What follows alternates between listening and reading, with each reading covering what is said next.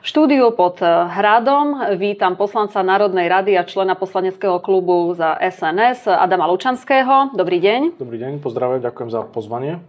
Pán Lučanský, práve skončil ústavnoprávny výbor, ktorého ste aj členom, kde prebiehali medzi iným aj prípravy na nasledujúcu schôdzu. Tak oboznámte teda verejnosť, čo ste tam preberali. Tak vlastne schôdza začína budúci týždeň. Prebiehalo tam vlastne rokovania k zákonom, ktoré idú do druhého čítania. Je tam toho, dovolím si povedať, táto schôdza bude hlavne ohľadom stavebného zákona a zdravotníckych zákonov. Tie budú ešte predložené v pondelok a útorok, ich znenie je finálne. S tým, že vlastne sú tam rôzne témy, ktorými sme sa venovali. Rieši sa vlastne zákon o poskytovaní právnej pomoci, hlavne teda ten stavebný zákon, zákon o ochrane svedkov, zákon o všeobecnej bezpečnosti výrobkov a tak podobne. S tým, že tam riešime vlastne aj zákon, ktorým sa odškodnia osoby, ktorým boli udelené pokuty počas pandémie. Takže vlastne ten, kto zaplatil pokutu, tak bude mu vrátená späť. S tým, že tento výbor vlastne zasadá vždy pred schôdzou, teda ako všetky výbory, dáva taktiež stanoviska, ale hlavné, čo je, tak prerokovávajú sa tam všetky zákony. Každý zákon, ktorý ide aj do ostatných výborov, tak taktiež prechádza aj týmto ústavnoprávnym výborom. Takže vlastne tam je tá koncentrácia tých zákonov najvyššia. Budúca schôdza teda je len ohľadom stavebného zákona a zdravotníctva. Pevne veríme, že sa nájde teda tá väčšina 76. Už bolo avizované, že teda bude dostatočný počet poslancov, aby mohol bežať parlament. Teraz vlastne zasadala aj vláda na výjazdovom rokovaní a tam to vyzerá v celku sľubne. Poďme teda na ten protipandemický návrh, ktorý ste práve spomenuli. Verejnosť veľmi teda zaujíma, je to také sledované, že sa začala teda tá pandémia riešiť. Máte podporu celého ústavnoprávneho výboru v tomto? Ako tu vlastne ústavnoprávny výbor je len taký poradný orgán v týchto veciach. Prijíma pozmeňujúce návrhy, dáva stanovisko do pléna.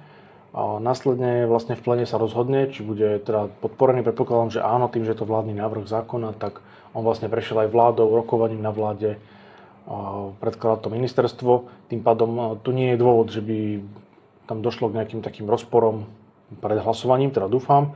V tomto prípade si myslím, že je to legitímne riešenie problému, kedy vlastne poznám ľudí, ktorí boli pokutovaní za to, že išli počas toho zákazu vychádzania iba do obchodu kúpiť si niečo a dostali pokutu 1600 eur. Čiže môžeme s tým počítať, že tí ľudia, ak to všetko teda bude schválené, tak tí ľudia dostanú naspäť peniaze a všetky tie správne konania sa rušia, tak, ako som pochopila. Tak. Dobre, čo sa týka pandémie, ešte teda chystáte nejaké ďalšie opatrenia alebo návrhy nejaké? Návrhy a opatrenia, neviem, že aké sa chystajú. Skôr by ma zaujímali rôzne dôsledky, však bola správa NKÚ, ktorá vytýkala prevádzky momiek. Teraz bol nedávno pán Salaj, bol predvedený a hádam už médiá prezentovali, že pred súd má byť odsúdený na 25 rokov až do životie. S tým samozrejme, že to tak nie je. Ja by som čakal, že bude vyvodená zodpovednosť za isté konania, za isté kroky počas pandémie. Videli sme, ako vtedy boli tlačovky nekonečné, ako je všetko hádam koniec sveta. Na konci vlastne sme zistili, že to bol dosť brutálny kšeft istým skupinám ľudí, tak dúfam, že toto sa bude ďalej riešiť. A samozrejme, ako boli niektoré tie nariadenia absurdné. Ja nie som v tomto právnik, že by som vedel dať stanovisko, teda, že či podľa vyhlášky sa mohlo postupovať tak, alebo nemohlo. To bude podľa mňa predmetom ďalšieho rokovania. V prípade týchto protipandemických tohto zákona, ktorý sa príjme, je vlastne len čiste mechanizmus na zvrátenie tých dôsledkov, ktoré boli hlavne charakteru pokutovania, kedy niekto šiel na pohreb a dostal pokutu, išiel na cintorín, dostal pokutu, úplne absurdnosti, prechádzal medzi okresmi, dostal pokutu. Teraz novozvolený prezident Donald Trump urobil taký návrh, že kto prišiel o prácu alebo dokonca bude odškodňovať aj vojakov, ktorí kvôli pandémii museli odísť z armády a bude im vrácať dokonca až 3 roky ušlého zisku. Niečo také by sa nepripravovalo aj na Slovensku, niečo obdobné? Lebo mnoho ľudí prišlo aj o prácu, lebo odmietali povedzme nejak prijatie opatrenia, odmietali povedzme nosiť rúško a verejnosť určite teraz zaujíma, že či ešte aj v tomto smere niečo chystáte. Ako v prípade nejakého odškodňovania za ušlý zisk a podobne, to už je komplexný problém. Tu, čo vieme, tak vlastne hlavne tie všetky poplatky a v podstate pokuty, ktoré boli spojené s tým, čo boli udeľované v podstate ľuďom na základe vyhlášky. Ďalej neviem, aký je plán v týchto veciach. Čo sa týka Ameriky, tak tam vlastne Donald Trump vystúpil teda s tým, že hneď prvý, druhý deň podpisoval dekrety, ktorými sa teda aj Spojené štáty teda oddelili od WHO. Keď to povedal Kotlár, tak bol zosmiešnený. Taktiež vlastne tam... Ale ja myslím, že už sa dosmiali tie červené denníčky. Uvidíme, akože ja som názoru toho, že aj to WHO, ono je to ako začala tá organizácia robiť ako verejno prospešné práce, ktoré majú zmysel, dávať rôzne odporúčania medicínskeho charakteru. Avšak ak sa to preliezlo istými ľuďmi, zaujímavými skupinami, tak ono to vlastne postupne zisťujú, že môžu sa dostať do legislatívy daných členských štátov, že zrazu nie je to len odporúčanie, má to povinný charakter a musí sa to uplatňovať a ono vlastne tam naberá taká tá politická moc. Vlastne nevolená politická moc. To je to isté ako Európska komisia, že my tu napíšeme nejaký zákon a chodí v podstate príde list, e-mail od všetkých tých organizácií z Bruselu, že ako to môžeme a čo vlastne nemôžeme. A tam sa vlastne stráca postupne tá suverenita takou eróziou, ktorú už nie je možné späť potom nabrať. Pritom áno, Európska komisia pôvodne bola založená ako poradný orgán. To si treba pripomenúť. Dobre, poďme ešte. Vy ste spomenuli, že sa budete venovať aj stavebnému zákonu. Budete nejak v skratke povedať, o čo pôjde? Toto je v gestii ministra dopravy hlavne. K tomuto sa aj vyjadrovať ani nechcem. To ešte bude predmetom rokovaní a tam sú nejaké výhrady aj z pohľadu opozície, ktoré by sa možno zapracovali. Tam sú ešte nejaké rokovania prebiehajú. K tomuto viem len toľko, že tam prebiehala veľmi dlho medzirezortné pripomienkové konanie, ku ktorému sa vyjadrili všetky organizácie, ktoré s tým majú čo dočinenia.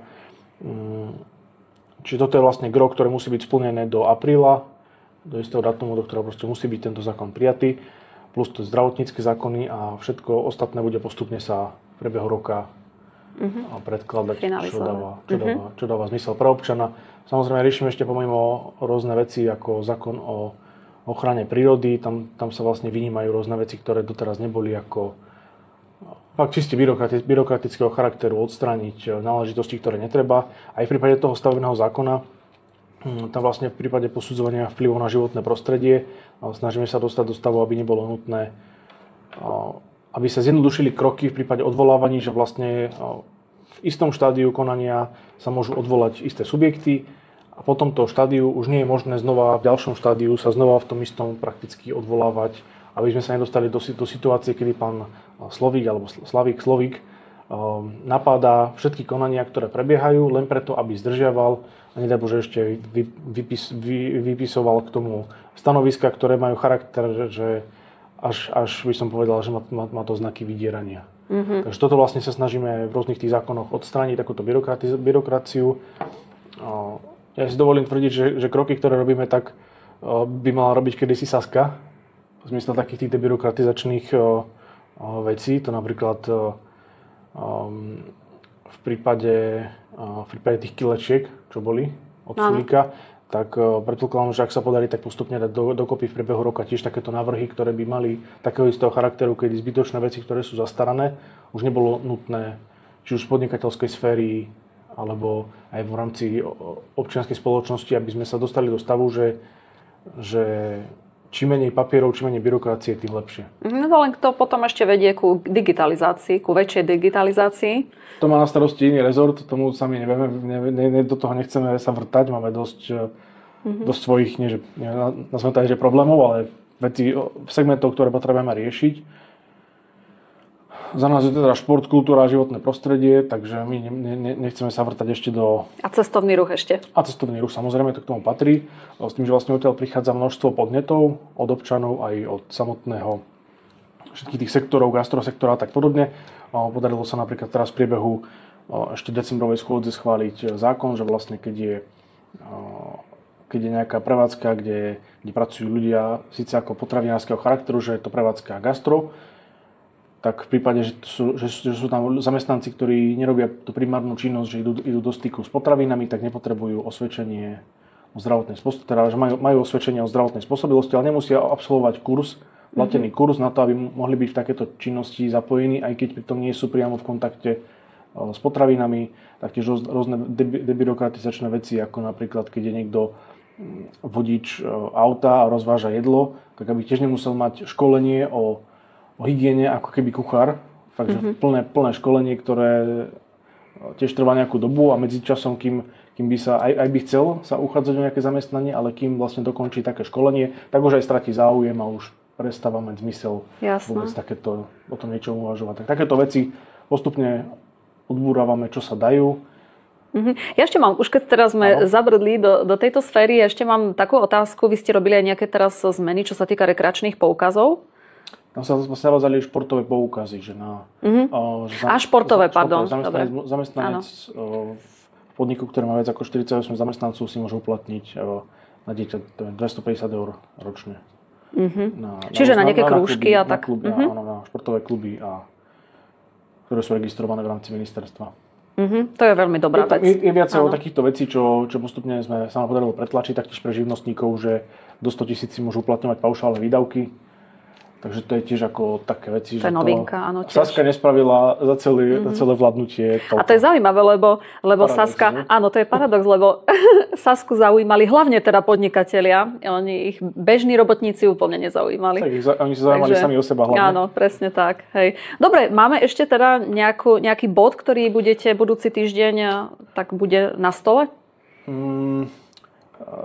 Je tam veľa tém, aj palčivých tém, ktoré treba v rámci s koaličnými partnermi komunikovať a riešiť ich, že ako sa s tým vysporiadať, pretože aj napríklad teraz sme videli, boli protesty a tým, že financovanie pochádza zo zahraničia, je to stále problém, je to vypuklý problém a ešte sa zhoršuje.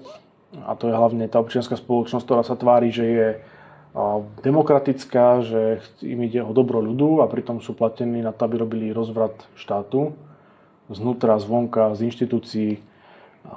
Tak znova sme pri tom zákone FARA, čo je problém teraz dosiahnuť, pretože máme poslancov, ktorí dopredu avizujú, proste, že za to nezahlasujú alebo majú s tým problém. Takže vlastne celá demokracia stojí a padá na tom, že treba väčšinu.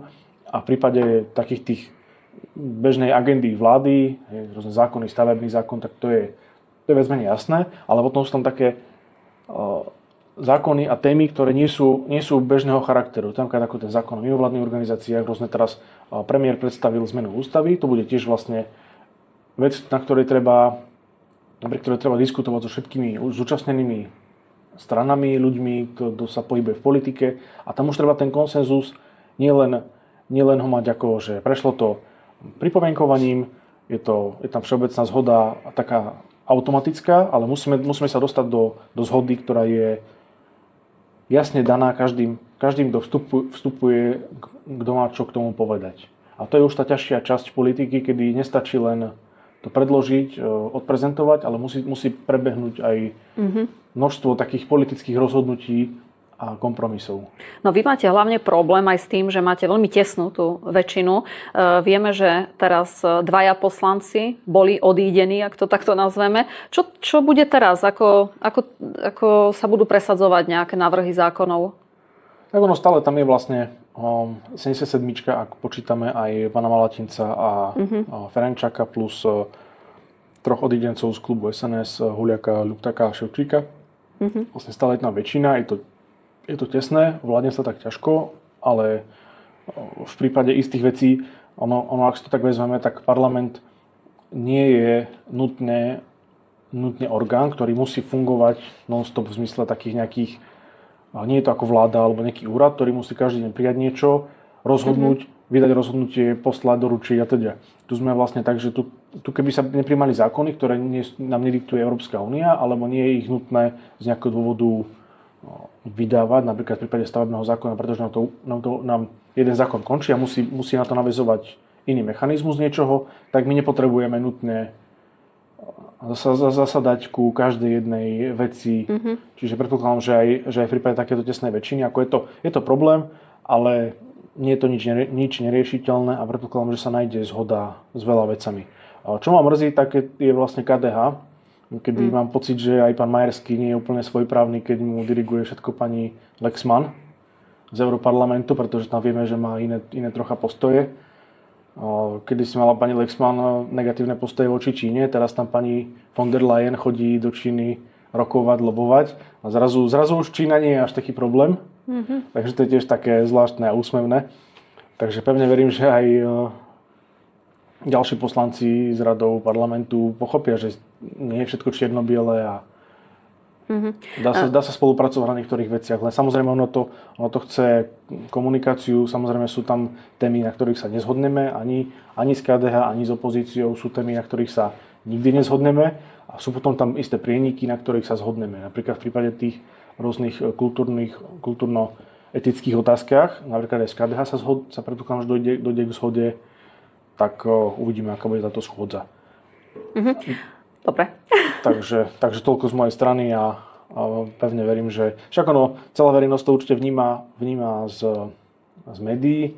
Samozrejme, tam je taká časť vecí, ktorá nie je povedaná skrz to, že odkomunikuje sa, čo sa stalo, aký to má dopad, ale nekomunikuje sa alebo nerieši sa, že prečo vôbec nejaký problém vzniká, alebo aké sú také tie okolnosti, ktoré priviedli. Ktoré sa vlastne k tomu dostali. Tak toto by som bol rád, keby sa tak v priebehu aj tohto roka, aby sa aj nastavil taký ten mediálno-komunikačný kanál aj voči občanom ohľadom toho, že čo sa robí, prečo sa robí, aký je dôsledok a čo do budúcnosti sa chystá. Ako verejnosť samozrejme má informácie z tých médií, len ako vieme, tak veľa z nich je prekrútených alebo nerieši tú podstatu, prečo tie problémy vznikli. No a práve preto budeme aj my častejšie informovať a podrobnejšie zákulisie aj nielen návrhov zákonov, ale všetkého, čo sa deje nielen vo výboroch, ale aj v parlamente. Veľmi pekne vám teda ďakujem. Ďakujem za pozvanie.